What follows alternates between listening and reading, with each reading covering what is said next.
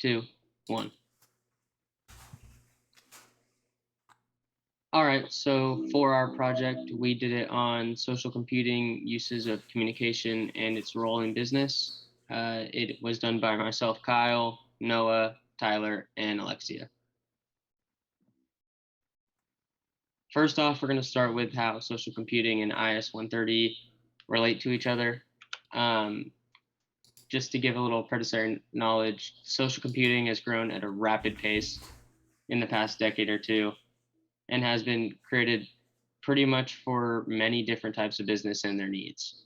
And it relates to IS130 in the fact that there are a lot of information systems used in social computing, and with the very advancing just technology that goes into it and the constant need in the business world, it's important.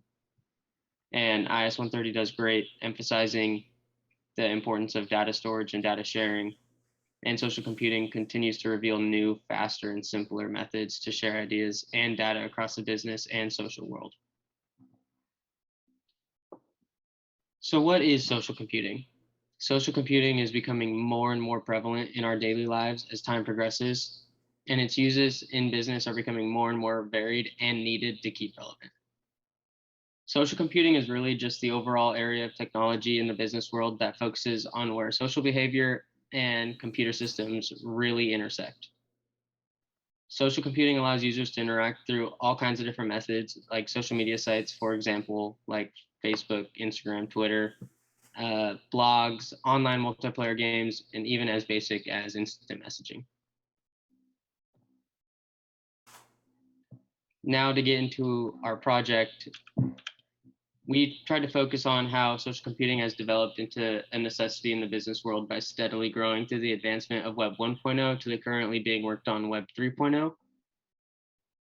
And social computing is used daily in communication and all other types of roles in the business world, but it also has effects throughout its development.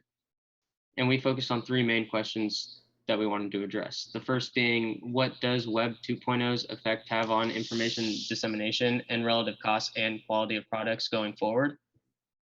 And with social media and mesh style websites having vastly changed the way we communicate in a society, we want to see what aspects of life have changed socially to computers and social networking. And lastly, where is social computing going and what are the issues of social communication going forward? Okay, so before we jump into everything, what is Web 1.0 and 2.0? Well, back in I believe it's 1989, Web 1.0 came out. It was the first stage of the World Wide Web revolution, usually referred to as the read-only web. Web 1.0 was only for static pages hosted with read-only functions. And like Google and the Internet Explorer, you can only search for information that is considered static since it's common for other users. What is Web 2.0? Web 2.0 is an upgrade from 1.0. It is a new web that allows you to share, connect, and social through the internet. Web 2.0 allows business to connect with clients and friends to connect to other friends. So basically, Web 1.0, you can't really do much. It was only, Google, as you can see my graph right here, Google, eBay, Yahoo. It was only just a read, like it says, a read-only function. While Web 2.0 really goes into like socializing. So when Facebook, YouTube, Twitter. So the transitioning from Web 1.0 to 2.0, in the early 2000s, when O'Reilly Media made it published by their CEO, a new internet was coming. Web 2.0 grew about 99% from 1.0 because it was just so new, so much different, and you could interact. So to the right here, you'll see I have a little transition picture right here from 1.0 to 2.0. So you can see content publishing by owner, content creation by user. In 1.0, portals, and then in 2.0, it's search engines. In 1.0, it's directories and taxonomies. and then 2.0 is tagging and functionality. And then people and data, and then people, data, and mashups, and then sickness, and then syndication. How does Web 2.0 have an effect on business and computing throughout the whole wide world? Well, the internet is always expanding, as we know. There's never, okay, it's done, so that's it. It's always evolving into something new. I mean, even as we speak, it's always something's always being created, something's always becoming new. So new information for social platforms for us. Web 2.0 is just a concept that users make it, share it, and watch it. Web 2.0 is also producing. It allows us to make and create new things, like I said earlier. 2.0 is a trend, and like all trends, it's causing the herd effect. The success of these websites caused hundreds of other sites to rise. Complete industries was set up around development of Web 2.0. So in 2.0, more users can, create their own rather than someone creating it for them. And then lastly, the number one reason why businesses, make so much money with 2.0 is because the number one thing was because of marketing. In 2.0, marketing was a whole lot easier for businesses to market the products, to get their products out there. So it really, impacted like the marketing area for businesses. Life socially has been changed through the developing use of computers and social networking. These changes include social media and style websites vastly changing the way that we operate as a society. With the growing technology advances, social networking has become a major source of information that often requires social computing to sort through. Online shopping websites are becoming increasingly popular among the public and often use social computing or social commerce as a way to conduct their businesses more effectively to make money.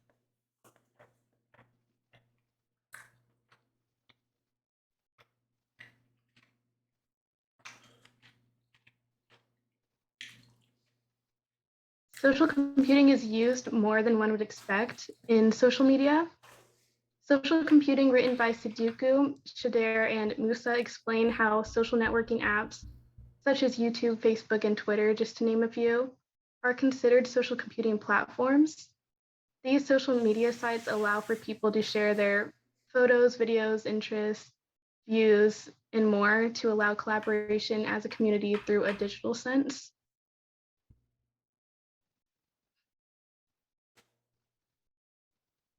Oftentimes, when there's a natural disaster or a tragedy of some sort, people will take to social media sites to post videos and photos about what's going on around them in real time. And as explained in Social Computing for Verifying Social Media Content and Breaking News, written by Middleton, Papadopoulos, and Kompatsaris, social computing is used to automatically analyze the content that's being put out on social media and verifies the legitimacy of the information to later share on news sites and report to the general public. These authors also state that the eventual hope is that cost-effective social computing will be able to reduce the time spent on verification to timescales nearer to real time. This means that the end goal with this technique is to save money and time when gathering information about world events to report reliable news as soon as possible. Social computing has also become a big part of how online shopping websites operate to ultimately make a larger profit. In the Venice University School of Information Systems article titled Social Computing or Social Commerce Part 1 by Natalia and Marissa Carson, they state, we can also define social computing as social commerce, which refers to the delivery of electronic commerce activities and transactions through social computing. This means that consumers are now able to actively play a role in helping an online business through their online interactions. thanks to social commerce. Natalia and Marissa Carson also state, individuals can collaborate online, obtain advice from trusted individuals, and find and purchase goods and services, which is often done by looking at or leaving reviews as well as using rating systems. In social commerce, the transformation of e-commerce with social computing by Renan Bhattacharya, it is explained that when people find online stores on social media platforms, brand recognition is shown to increase and overall brand value is enhanced as well. E-commerce 2.0 has successfully addressed the challenges related to timely delivery, payment, and return policies, says Bhattacharya.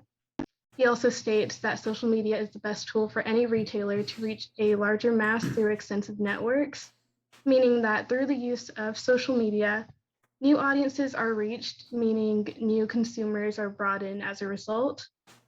Bhattacharya also states that social media is used to increase visibility and create awareness about the company and the product, which helps further reinforce the brand value.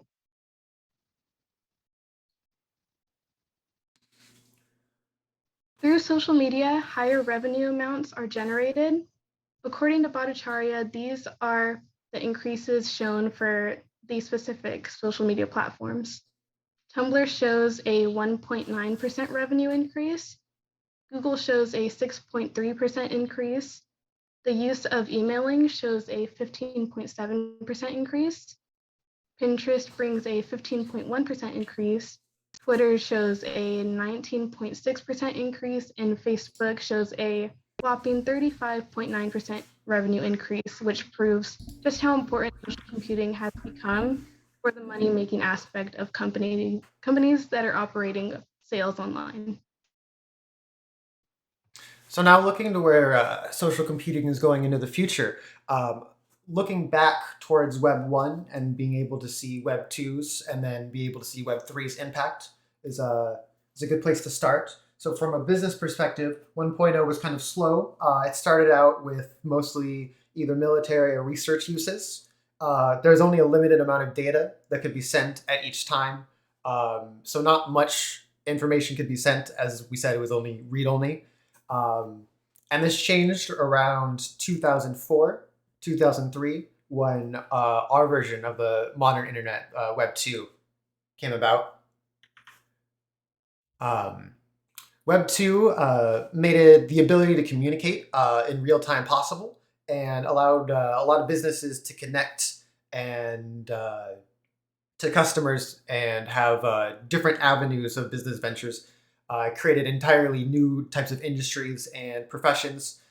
Things like YouTubers and video bloggers and stuff weren't possible 20 years ago because of the new style of not only read write. But moving into the future, we'll have a new way of connecting people together, which is the main difference between Web 2.0 and Web 3.0 is the amount of interconnectivity using blockchain technology.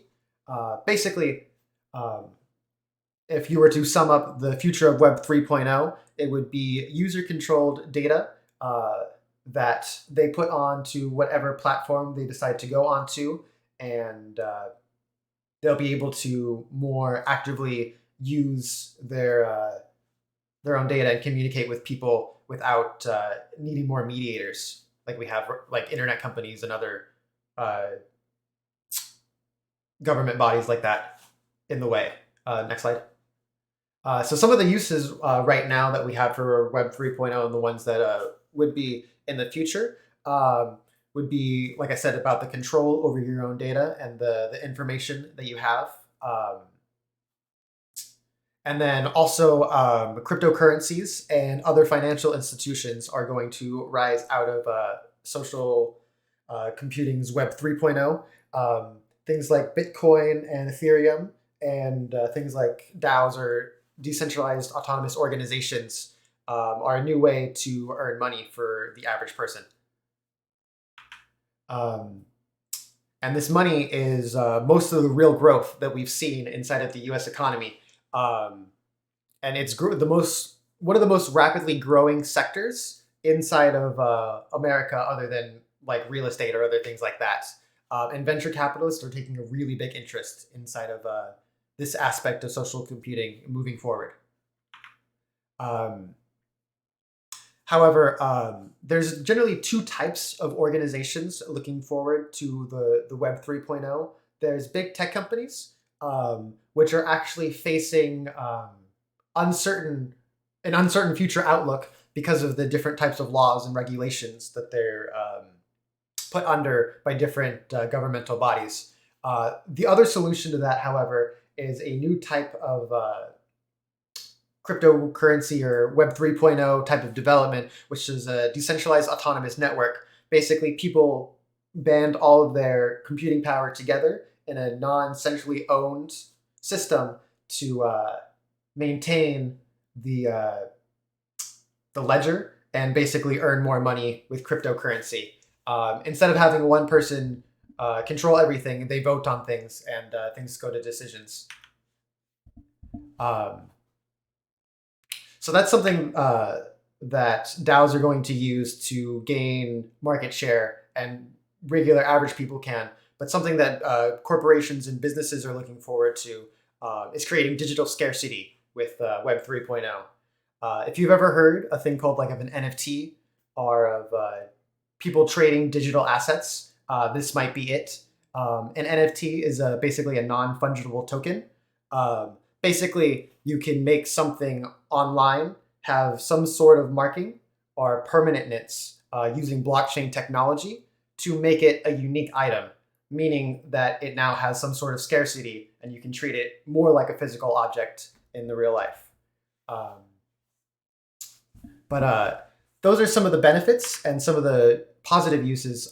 There are some general issues going into the Web 3.0 and blockchain technology idea.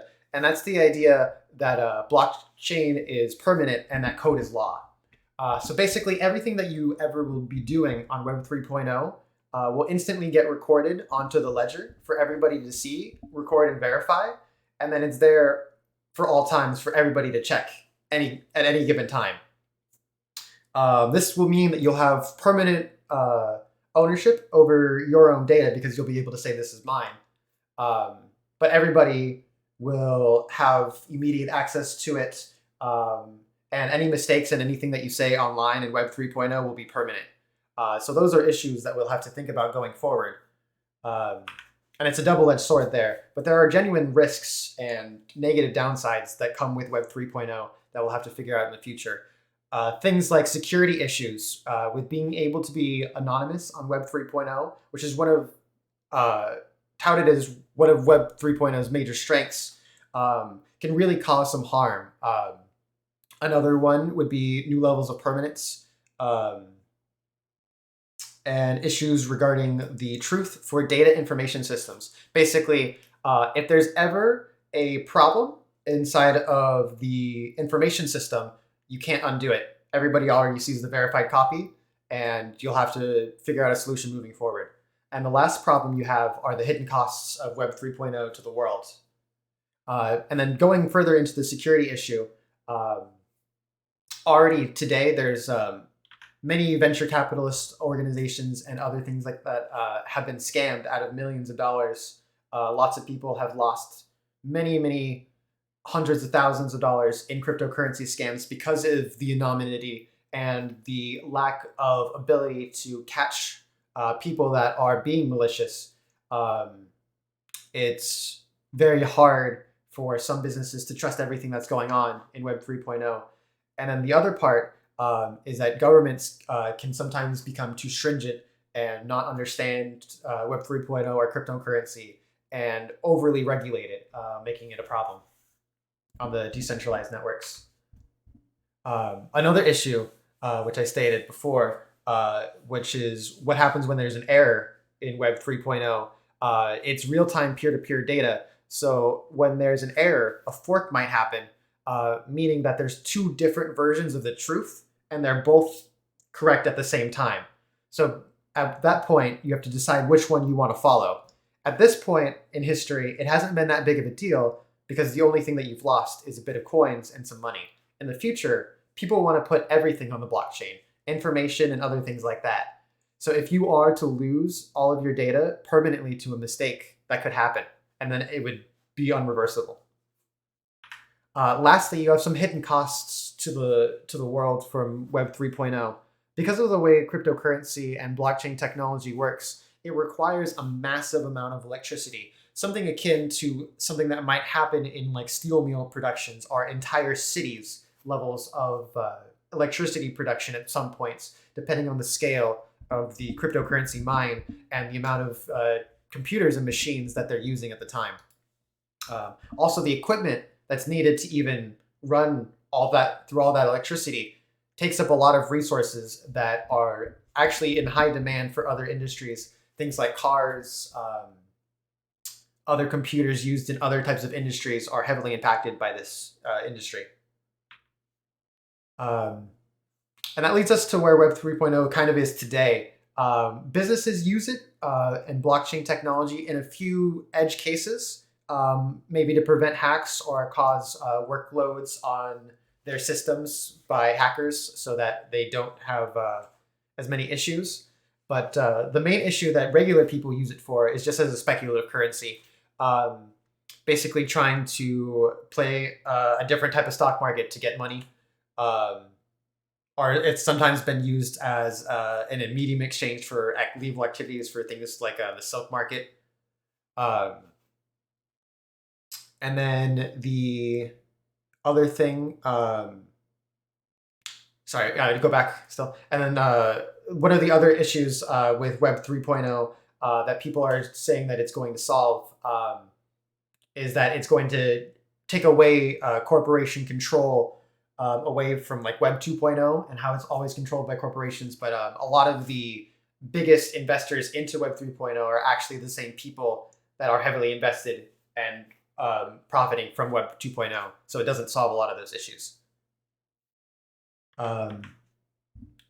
Moving on to like the end game of what Web 3.0 would be the idea of the metaverse. And this is what Facebook changed their name to Meta to be part of.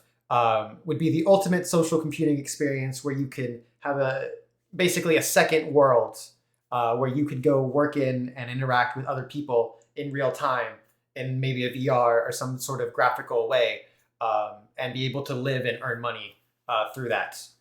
The reality is, while people are trying to make that a reality right now, it's not with any means of a normal person, and is mostly just a concept that we're working towards, but it's not going to happen anytime soon.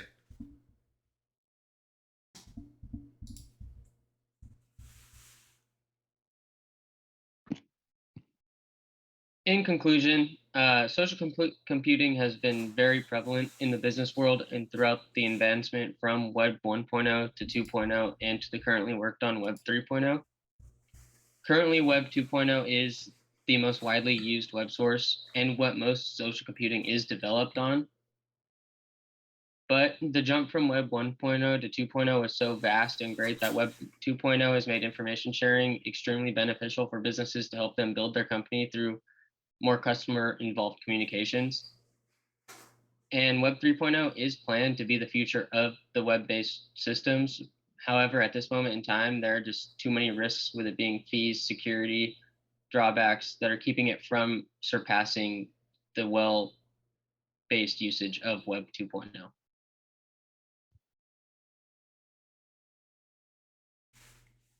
And that is all. Thank you.